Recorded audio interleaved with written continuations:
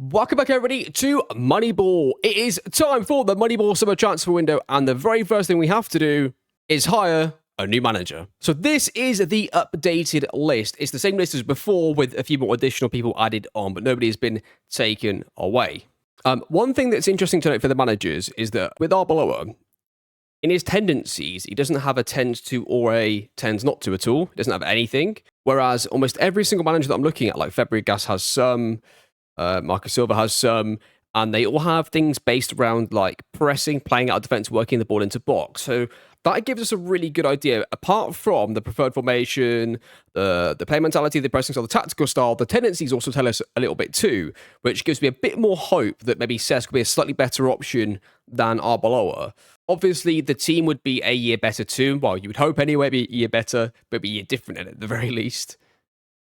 It's a really hard one, this. I don't know which one is the best option. I think I'm going to go Cesc. I'm going to go Fabregas, based off of the fact that it gives a logical next step for us to go to. The next manager will look for somebody who's got attacking him more often, and then we can also start paying attention to some of the tendencies too. I think this is a nice logical next step that gives us room to move if things don't work out. And it might be the last time we hire a manager who's got no manager experience. We're always going to want to see at least something in this bracket here to show they've been a manager at some point in the save. So, yeah, I think this is the way to go. I think we're going to go with Cesc. Cesc Fabregas, welcome to Moneyball. Cesc Fabregas has been given a 2-year contract on £12,500 per week. Welcome, Cesc. Hopefully he can come in and do the job for us. I'm hopeful that he'll do a good job. Right, what I'm going to do now, I'm going to go through and transfer list some players. In fact, let's do that together. I don't need to do that. We didn't do that together last time. So we've already decided that I think a few players need to potentially go. I think Nail's one that could do with definitely seeking out offers on. So when I transfer these players, it isn't always that we're definitely going to sell them, right? It's just that we're going to try and see what offers we can get for the players. The 3 centre-backs, I said I'm happy either way. Either we keep all of them. I completely forgot about Pena here, who came on a free transfer in January. He's like just an emergency player too. So we could really afford to get rid of a centre-back if we needed to. Who's worth the most out of all of them, actually? Cabellos is... Oh no, Aranda is. And to be fair, Aranda wasn't his first choice. So if we can get... Oh wow, if we can get a decent amount for Aranda... Oh, we'll definitely take that. If we can get like £5.5 million, we'll take that because he's the one that the previous manager used the least. So we'll try that. Pivot players are going nowhere. Farioli has got 2 years left on his contract. I'll just see what we can get for him because it'd be nice to have him still as an option player that could play wide, could play as a 10. Mariano needs to just go. Dan Carlsbach's got 1 year left on his contract. We managed to offer him a new one where he was okay to sign on a relatively small improvement to his wages, so he's going to be okay. Paul Victor's not about his play time, but he'll just stay as a backup for another year, won't we? Yeah, he's got 2 years left on his contract. He'll just stay as a backup player. Nothing to worry about too much there. Duarte's got 2 years left. Not really interested in selling him. Diego Collado, right. Let's have a look at this. Made 18 starts only, but he's worth like £5 million, and we signed him on a free transfer. I tell you what, if we can get some money for him, we've got to sell him. That's a brilliant bit of business. We can get rid of him. And it gives us an opportunity to then bring in a wide player because Hidalgo and Cerdes are the 2 wide players. If we get a good number 10 in and we force the manager to play the number 10, it means that Hidalgo and Cerdes become your 2 wingers, and then it allows Farioli to be that next player. He can come in as the 10 if needed. He can come in as a winger if needed. Give us a bit of a room to manoeuvre there. I like that. If those transfers go through as we've just planned, I think we'll be in a good position. Right, it is time for the Moneyball Scouting. Here we go. This is going to be the most entertaining part of, well, the season, I guess. It's always the most entertaining part, always the most fun part to do, is to do all the Moneyball Scouting together. So we're going to go through as usual, starting off with the strikers. But before we get to the actual scouting, let's take a look at the current shortlist and see who is available, I guess.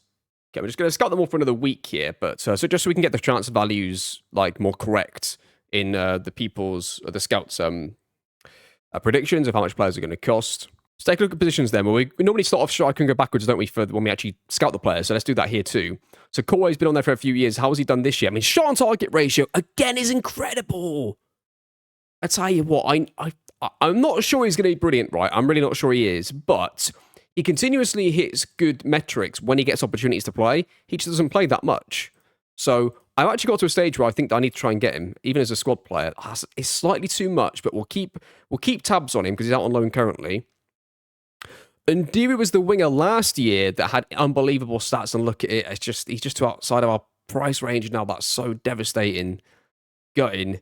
Oviedo seems to have got very good shot on target ratio this year. Conversion ratio is still relatively low. Jaws penalty is okay. I'm looking for both striker and winger. Striker, he's probably struggling a little bit, but as a wide play map, you're right. But I'm not convinced like we have to sign him. There's nobody so far that I'm looking at that. So central midfield then, looking at Danny van der Berg, who I'm highlighting here for you. It's not going to be in the same exact order, so we have to like just work through this here, but the following. Open play key passes per 90, we need 1.26 to 1.17, so relatively close. Progressive passes per 90, he's got 4.79. We're looking for 5.2, slightly lower on that. Chances created per 90, that's where we're quite low, aren't we? Chances created per 90, we need 0.40, but he's above that. Not a time dribbles per 90, so I assume he's like a central fielder. He's actually playing as a DM, is Van der Berg. Interesting. Okay, the next player that has taken my interest is Mboyamba here. Now, he was the player last year who was very good in the air and looked pretty good, so I'm going to compare him to the centre-backs here. Tackle win ratio, we need 77, he's got 75, good. Tackles per, we need 1.18, he's got 1.41. Key tackles per 90, he gets on base. Does he get on base? Key tackles per 90, we need 0.28, he's got 0.30, he does get on base. Possessions 1, he is doing pretty good for that too. He's a little low, couple low, but that's okay. Header 1 ratio, we need 73, he's got 76, along with the headers 1 per 90, and he's above that too. He is the best value for money player that I can see at a glance for all these players here in different positions. Of course, the centre-back position is only something we're going to need if we do sell a player, and we currently are looking to sell a player, don't forget. We'll see how much we can get him for. He's got a relegation release clause, to be honest, so that could be an interesting start to the proceedings. Okay, now to the actual player search. Okay, so we've got a player here called Lincoln. Lincoln is a Brazilian striker that plays in the J-League. So let's have a look at him. First thing is to note is he's done this on a regular basis. That's 3 seasons, and he's banged in the goals in every season pretty consistently. So let's take a look at his stats and compare. Non-XG per 90, we are close on that. XG performance, we're doing very well on that. Minutes per goal, we're doing very, very well. In fact, that's almost actually hitting the mark, which is impressive. Conversion ratio, 22%. We are looking for only the 19. Shot on target ratio, he's got 65%. He looks really, really, really good. I really like the look of him. How much would he cost us? We'll try 500 grand right off the bat, but that looks a really good start to the search. Well, unfortunately for me, that was the only player in the search. Okay, I've got to be honest. I lowered the metrics. I tried as hard as I could to try and find another striker, and I couldn't find a single one. So the only option we've got is Lincoln, the player that we looked at, plus maybe Koué, and that's probably it. Maybe Oviedo is the third option. I'd probably go Lincoln's my first choice, Koué second, and then Oviedo's going to be third. And that's what we've got for strikers for this season. But we do have Paul Victor still as well, who had a really good scoring record for during his B team before he joined us. Didn't do too well for us though. So there we are. What's interesting looking at wingers, the only winger that I would have signed if I could sign them is my own player in Duarte. So Duarte actually had a pretty good season overall, it looks like, for us. Well, you can see it. Look at his goals, his assists, his players of the match, his average rating. Just the basic stats that we look at was quite an uptick in his performance this year, which gives me a bit of hope that maybe he's good enough to play an impact role next year as one of the wingers. Did he play on the wing the whole time? Mostly played on the wing. So, I don't know, maybe we can get away with that, especially if Farioli's going to go wide. Maybe we don't have to worry too much about wingers this year, but we'll continue to search anyway. Like another player here, Miliano Jonathan's 22 years old in the Eredivisie. He looks pretty good, actually. Dribbles per night of 2 point... Hang on, is that one up to date? Are we on wingers? We're not on wingers just yet. We are now. Dribbles per night of 4.14. We're looking for. He's a bit below on that. Cross completion, he's got 14. He's only a couple below that. Open play key passes per 90, 1.73. We're only looking for 1.7. Chances created per 90 is a bit low on that. Then progressive passes is a little low too. He's not brilliant. He's got some decent shot on target ratio is bang on. The conversion ratio is above. So those are your important ones. He's almost good enough. Like he's really close. Relatively low transfer value. Relatively low wages too. So we'll definitely shortlist him and get him a scout. Okay, that'll do for wingers. Now it's the most important one so far. Number 10s. Okay, interesting. I've only just put the stats in properly. And a player here called Makembo Ntemo plays for Standard Liège. He's a youngster there. And he's available on a free transfer. He's hit the metrics that we want. Looks, I mean, smaller sample size, don't forget, but He's only young, and the sample size is in our own division. Expected assists per 90, above. Open play key passes, above. Chances created per 90, above. Progressive passes per 90, above. That is absolutely incredible. That is some really high-level stuff. Let's get him in. Okay, Philip Krastev has appeared again in the series. Okay, he's got a 3-month injury, so that's going to be... It's not going to be somebody immediate, but he's got 12 goals and 7 assists from the number 10 position. In our own division, don't forget. Again, that's another thing we need to stress about when players are getting the stats in our own division. Open play key passes of 1.42. We are looking for 1.61. Chances created per 90 of 0.57. We're looking for only 0.58, so he's pretty much bang on there. Progressive passes, he's got 3.77. We're looking for 3.8. He's almost bang on everything, and he scored a load of goals too. So he's definitely going to be like, if we think that is the signing that we absolutely need to make because we haven't been able to improve it properly over the last few years, and it's something that we really need, he's the one we're going to go and spend big on to try and bring in, if we can. Okay, pivot players. I'm not looking too much for these because we've got it pretty much set this year, but I think that Etienne Kamara and Atara Rios are two players that I'm going to add on to the shortlist and we'll give them a scout, but they're only going to be really signed if we absolutely need to. They're hitting almost every single metric, which is great. I'm not going to bother too much speaking about them because I'm not planning on signing pivot players, but if we do, it'll be these two players here. I'm just showing them to you so you can see for yourself the stats. I mean, this is for right backs. Rafael Haller, like dribbles per 90, slightly low on, that's fine. Open play key passes. Progressive passes, he's got 6.33, which is only a tiny bit lower than 6.7. Tackle win ratio of 86%, which is really, really good, with a tackles per 90 of 1.84, which is slightly lower.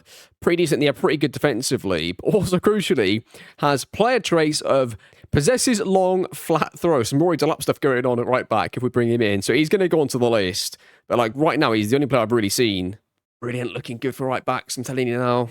Is there anybody on the list already? We had, him. We still had George Espejo. We had Franco still as well from Colombia. There's a couple of options there. Nothing great, though, I've got to be honest. Bit worried about the lack of right-back options.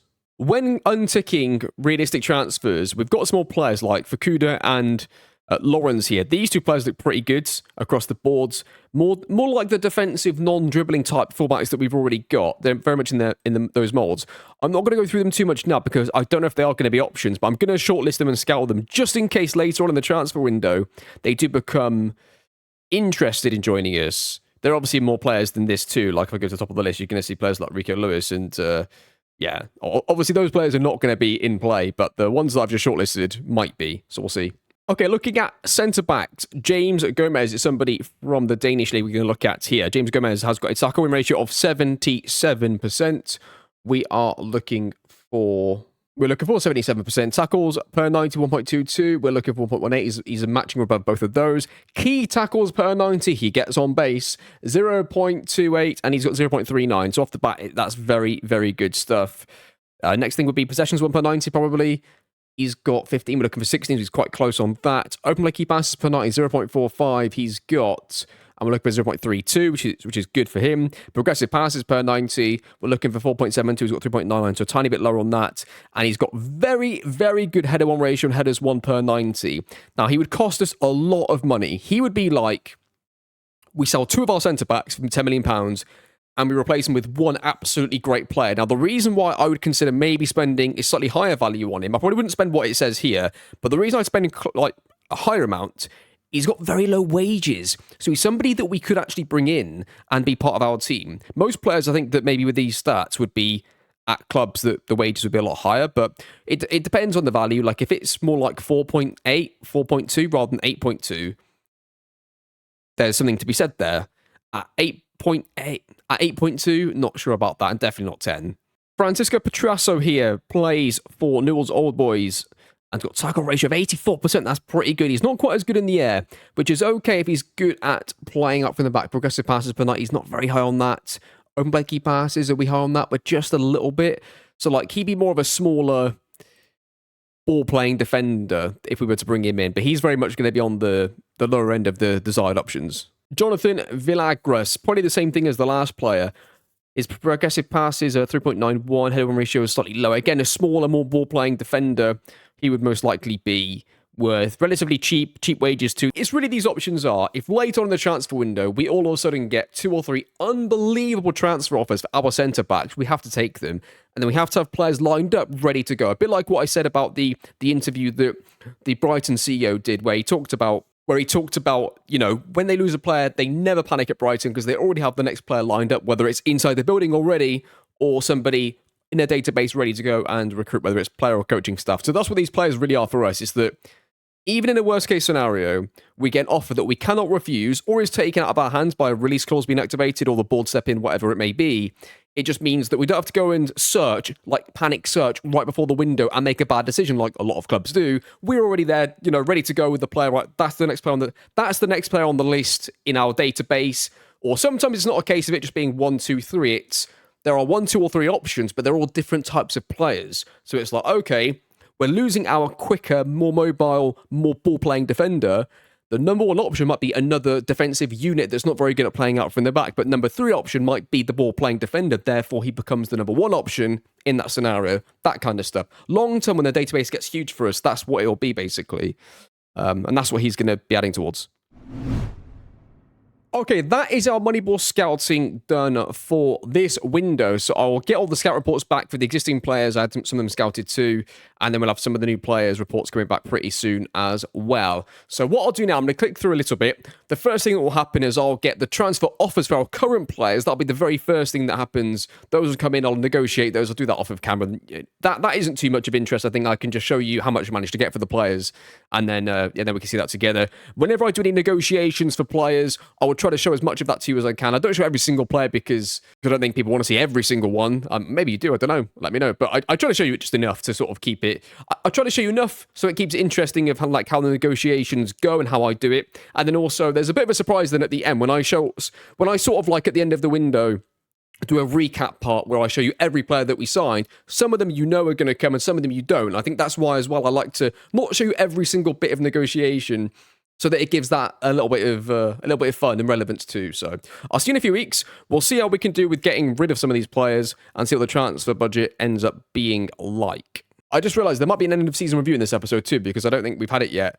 I don't think I showed it in the last episode, and it's probably coming up soon. So for the first time, we'll get an end of season review in the Moneyball summer transfer window. Normally it goes in the previous episode, but yeah, the way I edit it, the way that I stopped the videos and started the new episode, I guess that's just the way it's going to be for this one. End of season review. The new arrivals. We'll sort it by appearances for players that played the most. Daniel Gonzalez got a B-, £4.7 million. Andreas Muller, B-, 4.3. Fabio Mateus for 2.5 got a B+. Santiago Hidalgo got a A- for a £5.5 million transfer. Now only got 1.3. A for Colado. So there's only a C. I mean, what are we watching? So he's signing of the season, right? He's signing of the season, but it's also a C. Season results, we got a C+ for the league and a D for the cup. Not great. Yeah. I mean, I feel like we should have done better, really, last season. It still annoys me last season. I thought that we really were going to have a good season, and we did not. Finances, all of it's going down. We need this bloody European money, not only for the actual physical, literal money of the European money coming into the club and that improving us, but it just improves the reputation of the club. Everything sort of improves off the back of that, Ryan. The fact we're not in it again is just a disaster, really. The fact that the Moneyball systems worked so well in terms of identifying undervalued players and then selling them on for more, the fact that that aspect of it has worked is what saved us, because it's allowed us to keep money into the club and buy new players for the future seasons when existing players would want to leave. That's the only thing that saved us, is the fact that we have been able to find undervalued players. It just hasn't translated quite into success just yet on the pitch. But we've got the first aspect of it right. Fans player of the season was Mateus Povera. Young player of the season was Fabio Mateus. Signing of the season was Cerdes. There you are. Some good stuff there. Most league goals by player of the season was Povera. That's good to see him get some stuff there. And there you are. I forgot we actually paid quite a bit of money for Hidalgo, didn't we? We actually paid quite a substantial amount of money for him. It was just that he got injured early on is the only reason he wasn't that effective till the second half of the season. And he wasn't effective at all for the last 8 games of the season. So, history in the making, manager timeline, still nothing there really for us to look at because we don't have any trophies. Our goalkeeper yet again was involved in the Golden Glove conversation. He's done all right, hasn't he, I guess? I mean, the team has always been pretty good defensively, but we just need to improve our in possession stuff, don't we? Okay, managed to get offer accepted for Lincoln for £2 million, right? 2.5 maybe, maximum. He's going to want a lot of money, unfortunately. I don't know what else we can really give him. And if he release clause of 1 million, and like if somebody comes off for us like 9.75, you can leave too. He'll take that. So that means our new artificial wage cap is going to be about 15. I think he's going to be a one-off though for that. Also, some good news. The two players that we tried to sign before, the free transfer of Noah and the release clause being activated on Mbayamba here, both of them have agreed to come and join us. That is a really good transfer business right there. We've got a centre-back that looks like an elite-level player. We've got somebody to come and play number 10. And Freddy Layson's apparently got some money to offer us here. We'll take that money towards the centre-back. I guess we'll just take that one too. Get some money into the club as well. That does leave me now the option to let a player go. So Aranda I did offer out, and the maximum I could get is 2 million, which essentially would pay for Mbayamba. So do I want to do that? Or do I want to sell Cabellos for a lot of money? So Cabellos was like the best one, wasn't he? I felt like he was really the best one. Maybe I can try and get Aranda out for like... See, yeah, it's dropped quite a bit in the amount we can get for him. Gonzalez, there's some interest in him too, but not too much. And then Cabellos, how much is... I mean, that's a lot of money interested in him. That's a tough one. So far, I've been able to get the following. I've been able to get 1.6 for Nail. I've been able to get 5 for Farioli. Just whatever for him. Just get rid of him.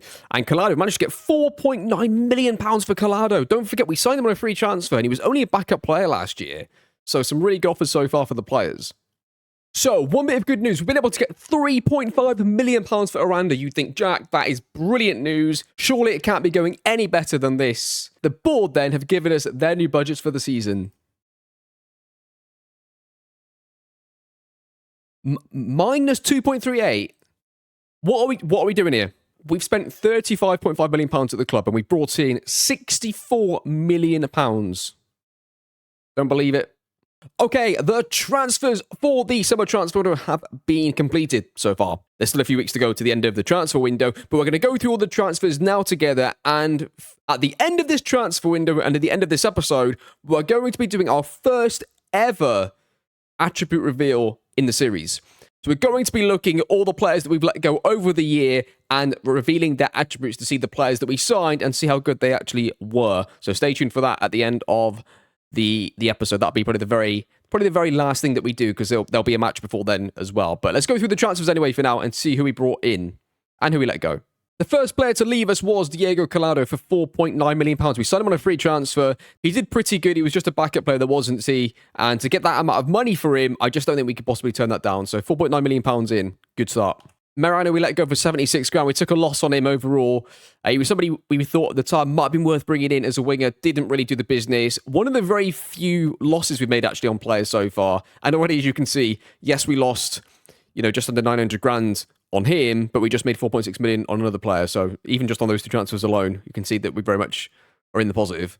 Brian Cabellos went for £10 million straight up front. He came over from the Colombian league and he was absolutely brilliant last season. I didn't want to sell him unless I got a huge offer.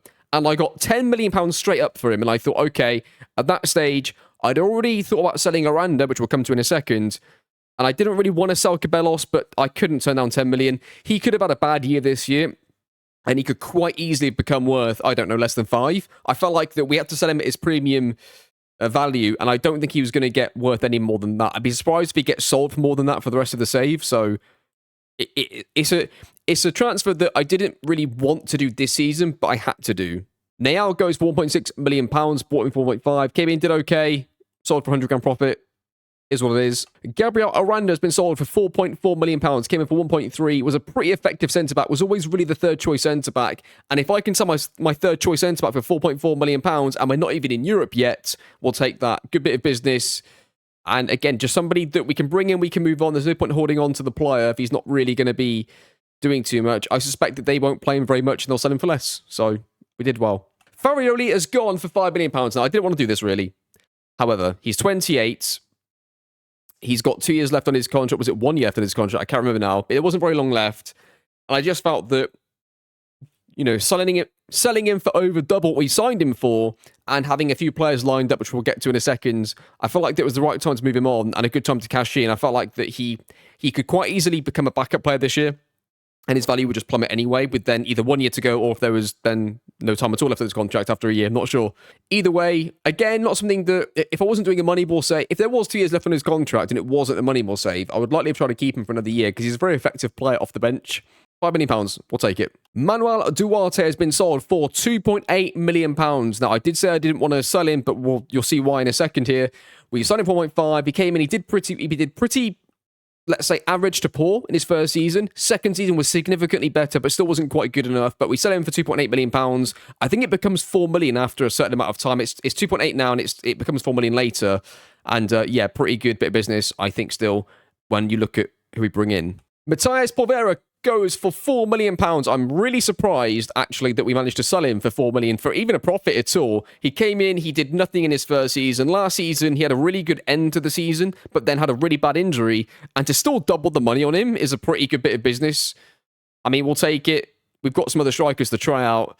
I never thought he was ever going to be like a 25, 30 goal a season player for us. I just didn't think he was ever going to be that. So he moves on for £4 million. Noah is the youngster we signed on a free transfer, so there was not really too much of a surprise there. Mbiamba comes in for £2.2 million. He had a release clause if his team got relegated for £2.2 million, which he did. Therefore, we're able to activate that, so he comes in. Pretty good player. I think that's 2 years. Was it 2 or 3 years in a row? It was either 2 or 3 years in a row. He was hitting all the metrics that we wanted, and he was very, very dominant in the air. So I'm hoping to see a good performance from him across the season defensively, and then maybe be a threat on those set pieces, which has been lacking for us for a while. Mike Penders comes in for £1.5 million. He played in the Pro League, which is the second tier in Belgium, for one of the other teams, B teams, and 1.5 million up front. It's a homegrown, solid goalkeeper with some pretty good goalkeeping stats. I have no idea how good he's going to become, but he does look like he could be a pretty good option for us. Rafael Hilaire, the right back, comes in for 500 grand. By the way, I had no idea how good the coaches thought he was going to be. I thought he could be like a 1.5, 2-star player, or maybe a 4-star player. I didn't know what he was going to be, and they've given him 3, so still don't know really how good he's going to be, but we'll see. Lincoln comes in for £2.5 million. Whenever you see a player who scored goals just consistently throughout the entire save that you've loaded, whatever save you're playing, if they've scored goals, it's always a good sign. He comes in for £2.5 million, already worth 5.2 to 5.8. If he even gets 15 goals a season, we're going to easily make money on him. Maybe double our money on him pretty easily too. Big wages for what we'd normally go for. 3-year contracts. We'll see how it goes. I'm hoping he does the business, because we need a striker that can score regularly, so we'll see. If you're interested in the profile of player that he is, they're saying that he's very strong. They don't mention that he's necessarily quick. He's good balance, good stamina, good strength. So a physical profile of a striker. So I'm interested to see how he gets on, actually. Could be pretty good. Miliano Jonathan's a player that we did look at briefly, and I thought he would cost me too much money, but they accepted the minimum offer for his value, which was 4.8 million. Had really good metrics, can play on both sides, could play as a 10-2. He's the reason that we let some of the wingers go. So that he's the reason that Duarte went. So Duarte has gone for 3 million. I signed somebody who looks like an absolutely top level player for 4.8. And then on top of that, we signed somebody else. Fabrizio Oviedo, the player that can play as a striker and on the wing too. I ended up signing him. The main reason was that Polvera was wanting so much money for a new contract. He only had 1 year left. And he wanted like 14 grand a week. And I was just like, do you know what? Let's just sell him. How much can we get for him? 4 million was the answer. I was like, okay, great. Is there one of the forwards I could get for less? And Oviedo was 2.5. But if you just look at Polvera and Duarte, that's 7 million for the two players. And then you look at Oviedo and Jonathan's, like, it's almost spending no money for two replacements that potentially could be much better players, especially in Jonathan's case. He's come in as the starter, which has improved the team. Oviedo's really come in to be a backup striker, really, to Lincoln, but you never know how things play out. And those are your transfers so far. There is still a long way to go to the end of the window, and that is why I'm not going to do the attribute reveal just yet, because there's a long way to go. A lot of things could happen. What you find when you do a save like this is, although we do our business really early because we're very well planned, because we're very organised, we're very well planned for the transfers we're going to do, we do all of them almost at the end of the season. And then by the time we get our squad set, July 2nd hits, and then all the clubs that sort of like rejig their own players, they then start to initiate their own set of business around, that sort of time. And then you start to lose players, which is exactly what happened to a lot of these, right? You see, Duarte, I think we had off for him around the 2nd of July. Polvera was a bit after that too. So yeah, that initiated further changes for us as well. So that is your squad for the season. I've no idea if this is going to be any better or worse, but finances currently like this. We've currently got very, very good finances. Transfer debt is down to minus 2.7. Things are looking pretty good. I think for the first game of the season, like I do for every manager, I'm not going to ask him to play anybody specifically. He can play whoever he wants for the first game, and we'll see what he does and how we get on. Is there enough depth at DM at the pivot position, do we think? Because we've got 3 players, but do we need a 4th player that can at least play there? Can Pena play there at all? No. Okay, then let's see how Cesc Fabregas gets on in his first game at the club in our Moneyball system. Good luck, Cesc. Good luck to the team. Excited for this. Let's see how we can get on in the first game with Cesc as manager. Right, so let's see the team he's picked. He's gone with... Okay, let's see the team he's picked then. He's gone with Zhao in goal. He's gone with Saar left back, Gonzalez, Mbuyamba, and Haller across the back. Mateus Muller pivots, standard. He's actually going to play Ntemo. He's actually going to play the youngster. And Makembo is the number 10. Oviedo on the right. Cerdes on the left. Lincoln down the middle. Interesting. First highlight of the game. Gent's going to play out from the back. I'm not sure exactly how much of a favourite they are, but they're obviously one of the sides expected to do pretty decently this season, based on the last few seasons too. They're going to play the ball inside. Muller gets to it. Right, can we go on the counter? The youngster, Makembo, goes on the counter, plays it through to Oviedo. He's got a chance to play it through to the new signing, Lincoln. Is Moneyball going to work early doors? And it is! And it's 1-0. Come on! Here we go! This is the season, I'm telling you. This is the season. 1-0 to Union. I love this. Muller gets the great interception. The youngster takes it and travels with it past the line of midfield. And then go straight to the defensive line. We go through. Lincoln goes through, gets a one-on-one, and he scores the one-on-one. We needed a bit of that, and it's 1-0. Come on. Look at the start to this. 4 shots, 0.57 XG to their 0. It's a corner. It's whipped in. It's going to be headed away. It's a penalty. Come on, referee. I saw that disgrace. And I think it was a red card as well, ref. If you want to give that as well, that'd be great. Because we need all the help we can get to try and do anything. I mean, if we get an away win early on this season, we have got a chance. I'm telling you right now, we've got a chance. Who's going to take the penalty? Don't kill the moment, Lincoln. Get yourself 2 out of 2. Come on. 2 shots, 2 goals, 2-0. It's another highlight. I tell you what, viewers, is going off today, isn't it? Look at this. It's going to be 3. We're going to press them here. Get a bit of pressure. The goalkeeper's now going to... Oh, what's he doing here? Oh, they're in trouble. I've seen us do this before. Don't you worry about this, Gent. You can play it straight to Asaya. Get the second one. Get the first, get the second. Muller's got it. It's going to be our highlight. We'll look to it. Oviedo showing some unbelievable creativity. What a selection by the manager. Lincoln goes through. It's blocked, and it stays at 2. Oviedo is looking so dangerous on the right-hand side. It's another set piece. Is it going to be another goal from a set piece? Well, it was technically a penalty last time. And that isn't going to go in.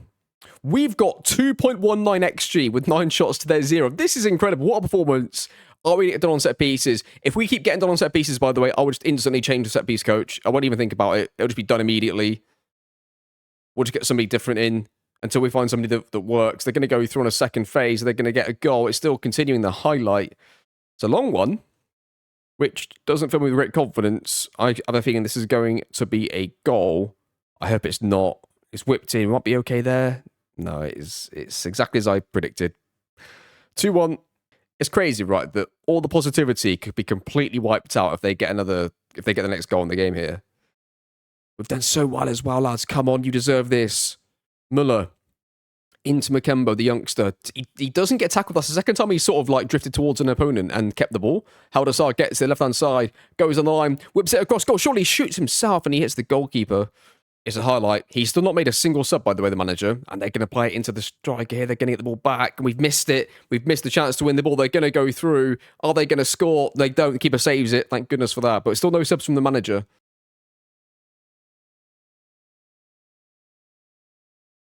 Oh, no, it's going to be a goal. I don't believe it. It was the highlight after the highlight. And it was a sub, but I didn't think it was going to be a proper highlight. And it's ended up being an absolutely calamitous set-piece goal.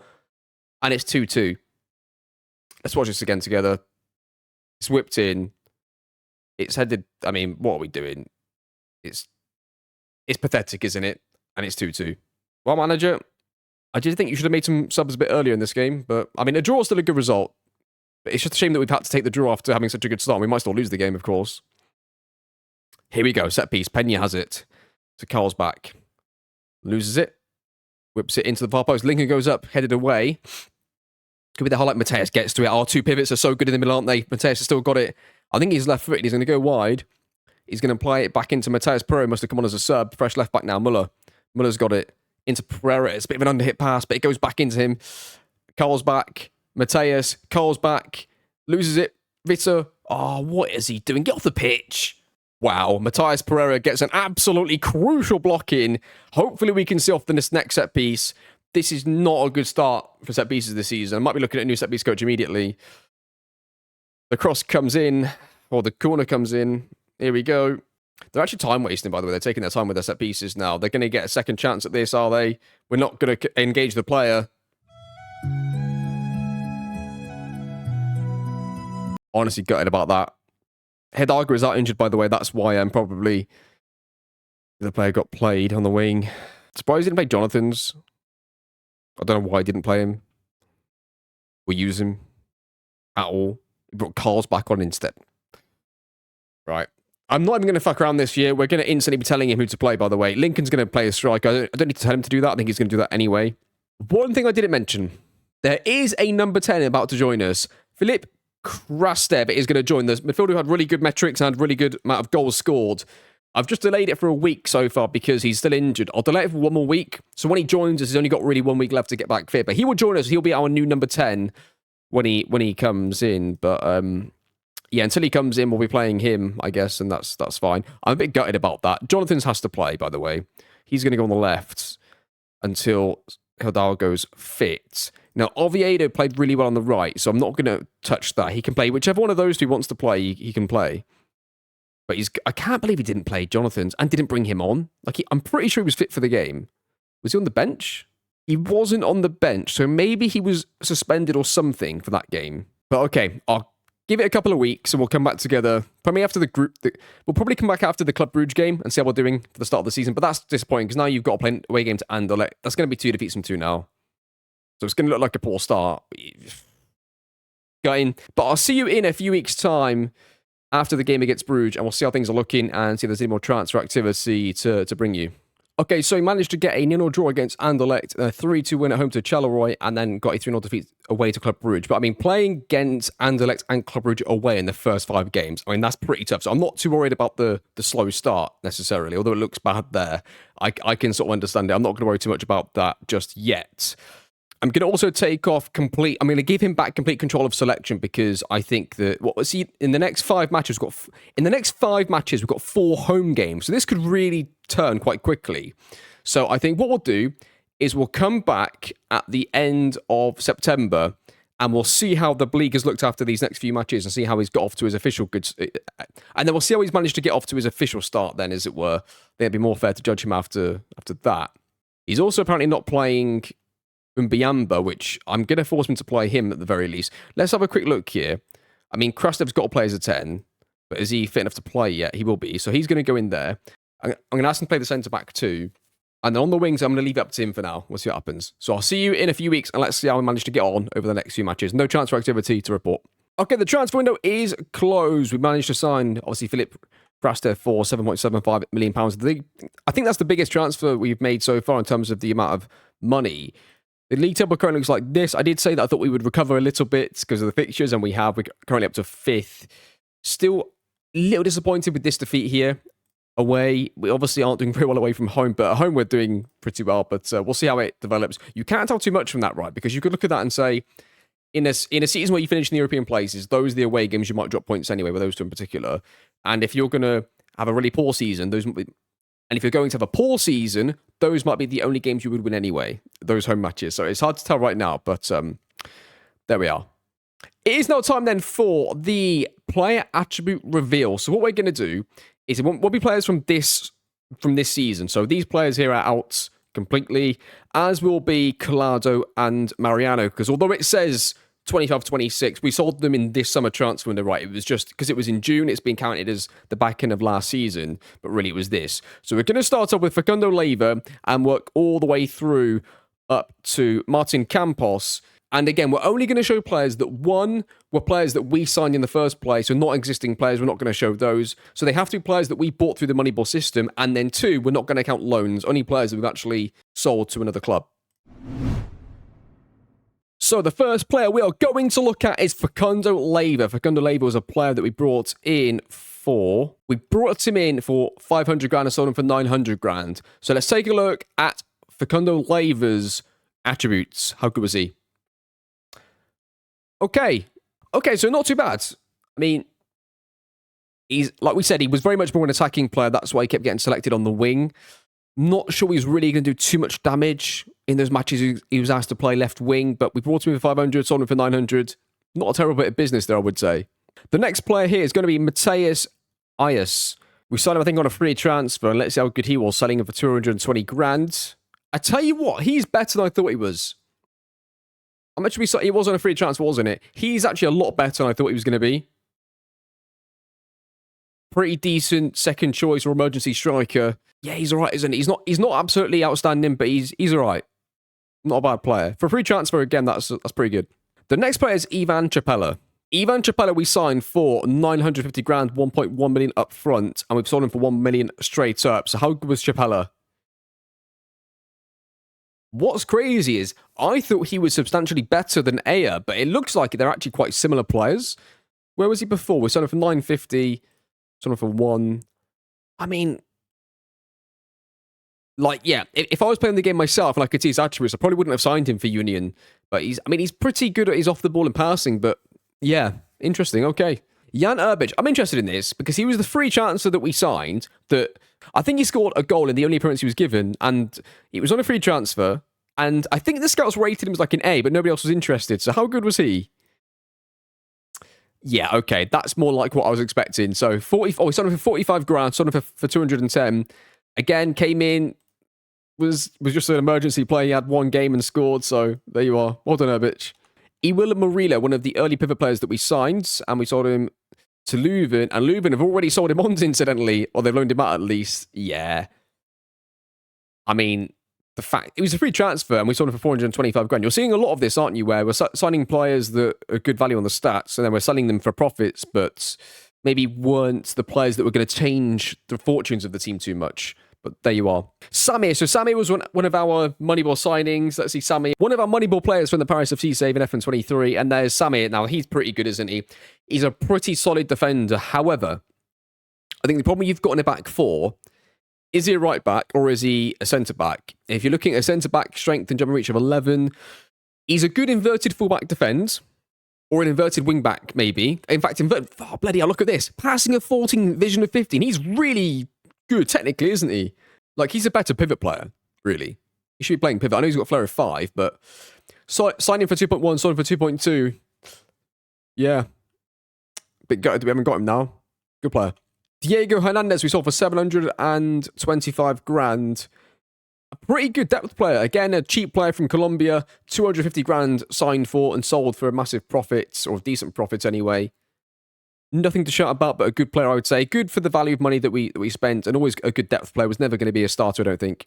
John Kisilano, a player that we signed on a free transfer, don't forget. The left back was a backup player. Then we sold him for £1.5 million. Let's take a look. He's pretty good. Like, 15 acceleration, 14 pace. And again, I'm not saying he's pretty good in the sense of like he's going to join Manchester City and win the Premier League. But for our division, as a player that was a backup but could be a starter, I think he was really, really good and definitely worth the £0 we spent on him. So pretty good there. Here we go. Martin Campos, who had some of the worst metrics that we've had in the team for conversion ratio in particular. What do we think? Oh, there's no obvious reason why, See, that's a great example of somebody that finishing of 11, composure of 11, looks like a pretty average, pretty okay, decent-ish player in front of goal, but had terrible metrics for us on that front. A very well-rounded player without anything excellent standing out anywhere, but a pretty well-rounded player, incidentally. We signed him for 1.3, sold him for 1, a tiny bit of a loss, although we got a bit of money on that loan there. But yeah, I was expecting something a lot worse for the finishing, so there you are. So there you are. There is your player attribute reveal for essentially 2024 to 2025. Okay, let's finish off with these last 2 matches in September and see how the team is looking going into the month of October. Okay, so we managed to lose the game against Standard Liège, but then beat Lommel. I feel like that we're not really doing much better. We're sort of winning the games we're supposed to win and not winning the games that we're supposed to, draw or lose. I feel like we're only marginally doing better right now. So who's he not playing who we think that should be playing? Nobody really. Maybe Cerdes he should be playing. I mean, it's hard because he's got basically, he's playing Oviedo at a really good start. He's maybe dropped off a bit, but he's basically got Cerdes, Jonathan's, and Hidalgo to play 3 he needs to play 2 of them in 3 positions, right? He needs to play 2 of the 3. He's got 2 positions for the 3 of them. I'm going to make him play, I think. I assume he's going to play Kravitz there anyway. Let's make him play Cerdes on the right, which means he should play Hidalgo on the left. But then he can choose between Hidalgo and Jonathan's there. And it forces Oviedo to either be a striker on the bench. I think that's the way we're going to go with that. And just while Mateus is out, I'm going to make sure he plays Ernst with Muller so he doesn't play Krastev deeper, because he can play deeper into the pivot player positions too. So yeah, we'll go with that.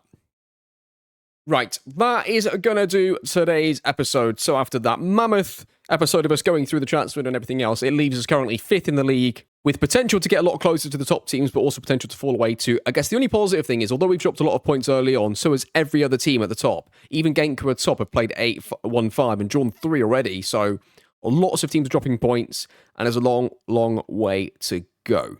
I think when we come back next time, what we'll do is we'll pick up exactly where we're going to leave off here going into October. And we'll come back, we'll do October, November, December together, and then do the January transfer window and see if we can get ourselves maybe a cup as well. But I've been saying that for a couple of years now. I'm starting to lose a bit of faith in us being able to do that. But hopefully we can get ourselves a trophy in the near future. But that is going to do it. Thank you so much for watching. Hope you're enjoying the series. And I'll see you all, of course, next time.